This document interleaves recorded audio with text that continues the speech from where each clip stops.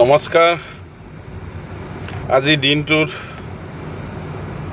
চৰাইদেউ শিৱসাগৰ জিলা আমি বানপীড়িত লোকৰ খবৰ লৈ আৰু লগতে তেওঁলোকক বান সাহায্য কিছু আমি দিবলৈ সক্ষম হৈছোঁ আৰু তেনেকৈ বহুতো বানাক্ৰান্ত লোকৰ ওচৰত আমি গ'লোঁ। গৈ দিনজোৰা কাৰ্যসূচীৰে এতিয়া কাম সম্পূৰ্ণ কৰি আমি এতিয়া মৰাণলৈ গৈ আছোঁ। অহাকাইলৈ আমি আকৌ একে কাৰ্যসূচীত আমি সোণাৰী বা চৰাইদেউ শিৱসাগৰ এইবিলাক জেগাত আকৌ কালি আমি কাম কৰিম।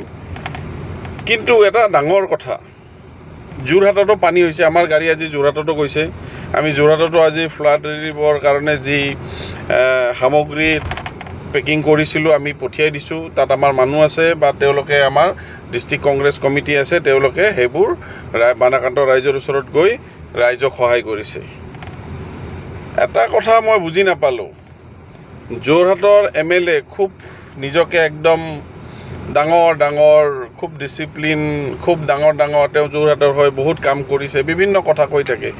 কিন্তু সেই MLA আজি যোৰহাটত নাই। সেই MLA ফৰেইন কাণ্ট্ৰিত আছে আৰু তেখেতৰ হৈ মাননীয় মুখ্যমন্ত্ৰীয়ে তেওঁৰ উত্তৰ দিছে যে নহয়, আমি তেওঁক যাব দিছোঁ, আমাৰ কাম কৰা মানুহ বহুত আছে। যিমানে তেওঁ ডাঙৰ কাম লৈ ফৰেইন কাণ্ট্ৰিত নাযাওক বা তেওঁ যি কাৰণতে নাযাওক, কি কাৰণত গৈছে মই নাজানো, যিয়ে নহওক, কিন্তু এনেকুৱা এটা পৰিস্থিতিৰ যি ভয়ানক হৈছে, তেখেতৰ সকলো কাম বাদ দি কেনে তেওঁ নেক্সট ফ্লাইট লৈ কেনে তেওঁ যোৰহাটলৈ আহিব লাগিছিলে আৰু যোৰহাটৰ যি বানাক্ৰান্ত ৰাইজৰ ওচৰত যি ধৰণে তেওঁৰ সমষ্টিৰ ৰাইজ পানীত ককবকাই আছে, সেই ৰাইজৰ ওচৰত খাৰা হ'ব লাগিছিলে।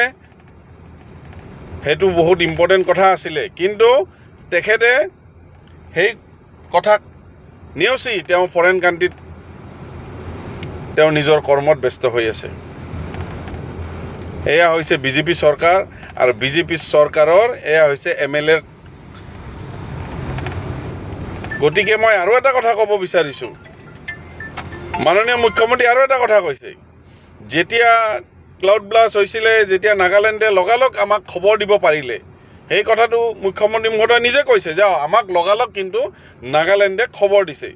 যদি নাগালেণ্ডৰ চৰকাৰে লগালগ খবৰ দিব পাৰে, তেতিয়াহ'লে আপুনি কিয় এলাৰ্ট দিব নোৱাৰিলে? আপুনি অসমৰ মানুহক কিয় এলাৰ্ট দিব নোৱাৰিলে? আপুনি কেলৈ ক'ব নোৱাৰিলে? শিৱসাগৰ ডিষ্ট্ৰিক্টত কিয় ক'ব নোৱাৰিলে? চৰাইদেউ ডিষ্ট্ৰিক্টত কিয় ক'ব নোৱাৰিলে? যোৰহাট ডিষ্ট্ৰিক্টত কেলৈ ক'ব নোৱাৰিলে? নাগালেণ্ডে যদি লগালগ তেওঁলোকৰ যদি চিফ ছেক্ৰেটাৰীয়ে যদি খবৰ দিব পাৰে যে আমাৰ ইয়াত এনেকুৱা ঘটনা ঘটিছে, অসম চৰকাৰক তেওঁলোকে লগালগ জনাইছে, ল' লাইনবিলাক হেৰি হৈ গৈছে, কিন্তু অসম চৰকাৰে শুই আছে নাকত তেল দি কেনে। এয়া হৈছে অসম চৰকাৰ, বিজেপি চৰকাৰ।